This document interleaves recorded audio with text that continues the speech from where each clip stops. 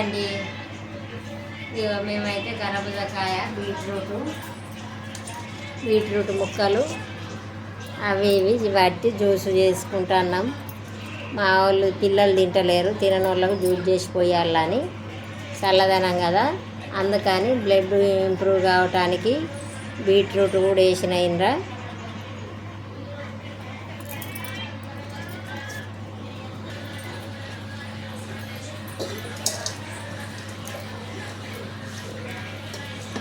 ఇవి కరబుజకాయ ముక్కలు, ఇవి బీట్రూట్ ముక్కలు, ఇది దోసకాయ. ఇవన్నీ కలిపి జ్యూస్ పట్టి మాకు చిన్నపిల్లలు ఉన్నారైతే చిన్నపిల్లలకు తాగిద్దామని ఇన్ని ముక్కలు అయితే కోసిన. ఇప్పుడు జ్యూస్ పట్టి పిల్లగాళ్ళకు పోషిస్తా, తాగుతుంది. దోసకాయను కూడా పొట్టుకి వేస్తా. బీట్రూట్ పిల్లలకు పోషిస్తే తినరు కదా చక్కగా, అందుకని ఇదైతే తింటారు. అందుకని దీంట్లో కలిపి వాళ్ళకు తెలియకుండా ఈ బీట్రూట్ బ్లడ్ ఇంప్రూవ్ కావడానికి, వాళ్ళకు తెలియకుండా ఉండడానికి ఈ ప్లాన్ వేసిన జ్యూస్లా కలిపి తాగిపిస్తే ఇట్లా అయితే మా మనవడైతే మంచిగా తాగుతాండు. పిల్లలు బలంగా ఉంటారు, బ్లడ్ పెరుగుతుంది, ఆరోగ్యానికి ఆరోగ్యం అన్ని విధాల మంచిదే. పిల్లలకు మోషన్ కూడా సాఫ్ ఉంటుంది. ఇవి ఇట్లా చేసుకొని తాగితే చాలా ఆరోగ్యకరమైన జ్యూస్ ఇది. నేనైతే ఇట్లా చేసి మా పిల్లలకైతే పోస్తాను.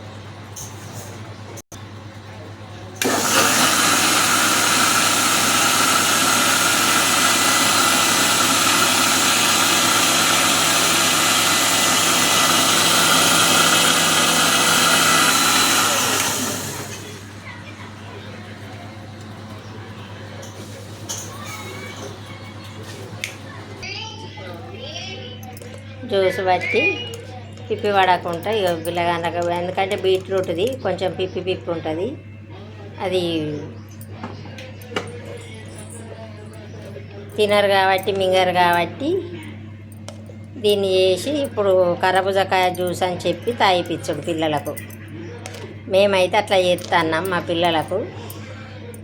వీలైతే మీరు కూడా పిల్లలకు చేసి పెట్టండి, చాలా బలం ఇట్లా చేస్తే.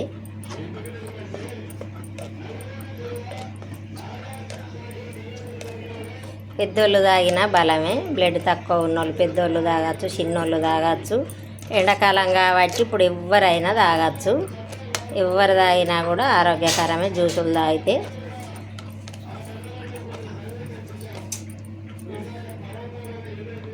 బాయ్ అండి.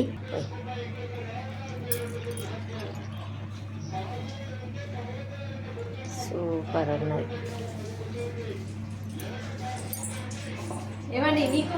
బాగుందా జ్యూసు? బ్లడ్ లాగా కనబడుతుంది కదా. మా వానికైతే మా మనమడైతే సూపర్ తాగుతాడు ఇట్లా చేస్తే.